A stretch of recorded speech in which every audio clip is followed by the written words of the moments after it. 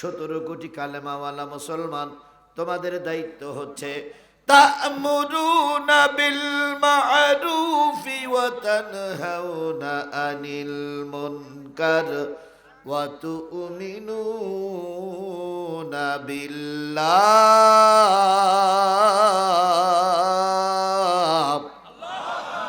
তোমাদের দায়িত্ব হলো সৎ কাজের আদেশ করবে, অসৎ কাজের নিষেধ করবে, আর পুরাপুরি আল্লাহর পরে ঈমান আনবে। নন্দীগ্রামের মুসলমানেরা বুকে হাত দিয়ে বলুন তো, আল্লাহর পরে ঈমান আমাদের কি পুরাপুরি আছে? আছে? আছে?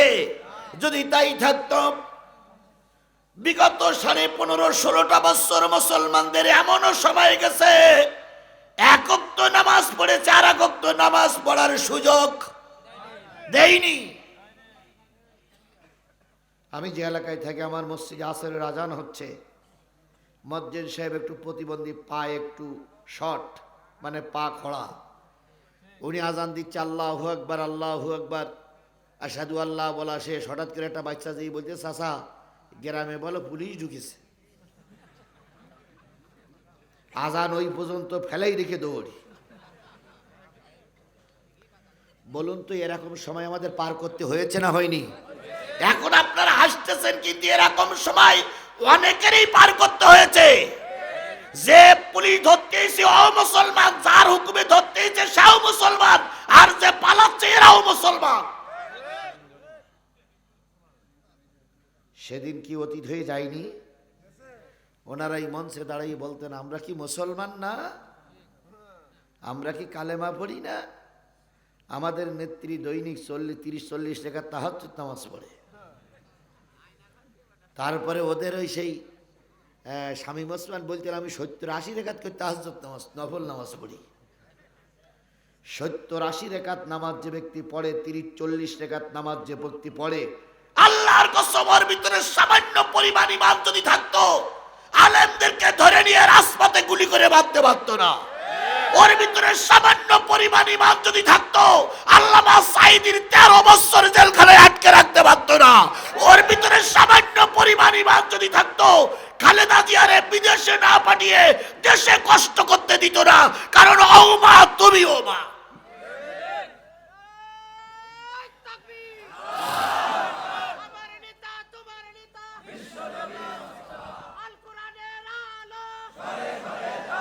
সুতরাং আল্লাহ রাব্বুল আলামিন বলতেছে, তোমাদেরকে পুরোপুরি তাওয়াক্কুল করতে হবে। কার উপরে? আর একটু জোরে বলেন, কার উপরে তাওয়াক্কুল করতে হবে? আজকে কতই জানুয়ারি, কত সাল? 2024 সালের 10ই জানুয়ারি যদি এরকম মাহফিল হইতো, হওয়ার অনুমতি দিত? এই নন্দীগ্রামের কত মাহফিল যে আমার না করে চলে যেতে হয়েছে আল্লাহই ভালো জানে। এরপরে শুধু এখানেই নয়, বক্তা মঞ্চে উঠে গেছে, থানার থেকে পুলিশ আসছে 4 জন। আপনারা এখানে 2-3 হাজার 4 হাজার লোক আছেন, নারীরা হলে আরো 3,000-5,000-7 হাজার লোক আসছে। পুলিশ আসছে কয়জন? 2 জন বইছে বক্তার 2 পাশে, রিভলভারটা বের করে টেবিলের উপরে থুয়ে ওসি সাহেব জিজ্ঞেস করছে, হুজুর বাড়ি কোথায়?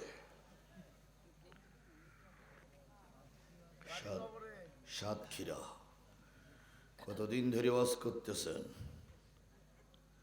তো ভাই, ওয়াজের পরে ইন্টারভিউ হোক না, আগে বলেন যে কতদিন ওয়াজ করতেছেন। এরই মধ্যে চাচা একজন উঠতে শুরু করেছে, একটা ছোট বাচ্চা নিয়ে আসছিল। বাচ্চাটা ঘুমিয়েছিল, তারা ডেকে বলতে, তাড়াতাড়ি হাট, হুজুর তো মরিয়েছে, আর আমারকেও মেরিয়েছে, তাড়াতাড়ি বাড়ি হাট।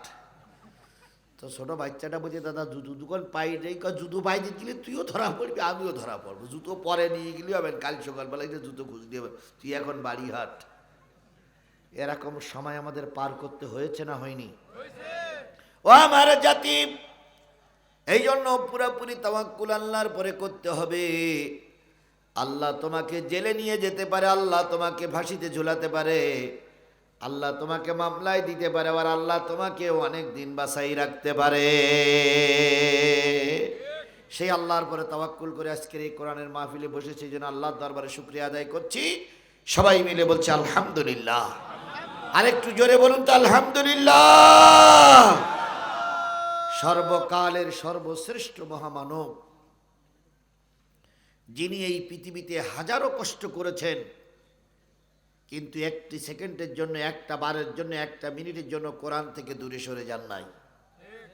বলুন তো, নবীর চাইতে সৎ, চরিত্রবান, ভালো মানুষ আর পৃথিবীতে কেউ ছিল? আল্লাহর নবী এই সমাজে যখন আসলেন, সমাজটা ছিল আইয়ামে জাহিলিয়াত। বলুন তো, আইয়ামে জাহিলিয়াত মানে কি? অন্ধকারের যুগ।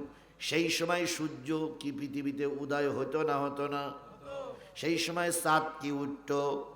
সেই সময় রাত দিন কি হতো? তাইলে অন্ধকারের যুগ বলা হয় কেন? এই জন্য বলা হয়, সেই সময় মানুষ যার যা খুশি সে তাই করত, আইন আদালতের ধার ধারত না। বাপ দ্বিতীয় বিয়ে করে মারা গেছে, প্রথম পক্ষের ছেলে বাপ মারা যাওয়ার পরে ওই দ্বিতীয় পক্ষের মাকে ব্যবহার করতো আর বলতো, তুমি তো আমার আব্বার লোক, সুতরাং তুমি আমার জন্য হালাল। এই জন্য যুগটা কি যুগ? জাহিলিয়াতের যুগ। এক ভাই আর এক বোনকে বিয়ে করেছে, বিয়ে ছাড়াই সংসার করেছে। কেউ জিজ্ঞেস করেছে, এটা করো কেন? কই একই মায়ের পেটের থেকে আসলাম, ওরে অন্য ঘরে পাঠাবো কেন, নিজের ঘরে রেখে দিলাম। এভাবে করে তারা নিজেদের খাম খুশি মতন চলেছে। এই জন্য জাহিলিয়াতের যুগ। একটা কন্যা সন্তান হয়েছে, বাবা গলা টিপে মেরেছে। দুইটা কন্যা সন্তান হয়েছে, বাবা জবাই করে হত্যা করেছে। তিনটা কন্যা সন্তান হয়েছে, গালে লবণ দিয়ে মেরেছে। বাপ ছিল নিষ্ঠুর, বাপ ছিল বিরাট অহংকারী। এই জন্য যুগটা আয়ামে জাহিলিয়াতের যুগ। ওই সময় নির্বাচন লাগতো না, জোর যার মুল্লুক তার, যে যার জোর দেখাতে পারত সে ক্ষমতায়। ভোট ছাড়া বছরের পর বছর নেতা হয়ে যেত। এই জন্য ওই যুগটা যদি জাহিলিয়াতের যুগ হয়, বিগত 15 বছরের সরকার নিজে নিজে ক্ষমতা ছিল, একবারও নির্বাচনের ব্যবস্থা করে দেয়নি, আমাদেরকে ভোট কেন্দ্রে যেতে দেয়নি। তাহলে এদেরকে আইয়ামে জাহিলিয়াতের লোক কেন বলা যাবে না? এরা আইয়ামে জাহিলিয়াতের যুগের লোক ছিল।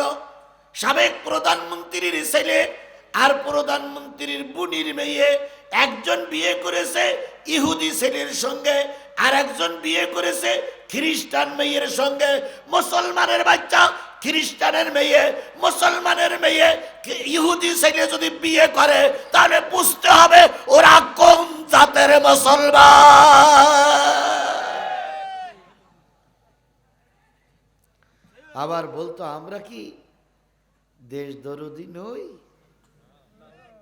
তাহলে আপনারা যদি এতই দেশ দরদি হন, তাহলে বাংলাদেশের 16 কোটি মানুষের ভিতরে 8 কোটি মহিলার 8 কোটি পুরুষ। আপনার ছেলে বিয়ে দেওয়ার সময় 8 কোটি মেয়ের ভিতরে একটা মেয়েও আপনার পছন্দ হইল না? আপনি আপনার ছেলেরে বিয়ে দিলেন কার সাথে? খ্রিস্টানের মেয়ের সঙ্গে। আর ওনার বোনের মেয়ে, উনি বিয়ে দেওয়ার সময় ইহুদি ছেলে পছন্দ করলেন। বাংলাদেশের আর কোনো সুন্দর ছেলে ছিল না।